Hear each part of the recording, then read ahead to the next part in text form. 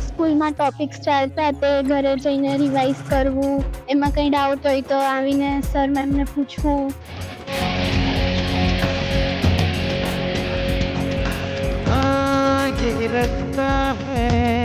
ખૂબ જ સરસ, વાંચવામાં પણ બહુ મજા આવતી અને ટીચર્સ પણ ફૂલ સપોર્ટ હતો. કોઈ પણ શિષ્યને ગુરુને ક્યારેય સાચી દિશા મળતી નથી, તો જે ગુરુને સપોર્ટ હતો ને તો જ આ વિદ્યાર્થીઓ આવું રિઝલ્ટ લાવી શક્યા છે.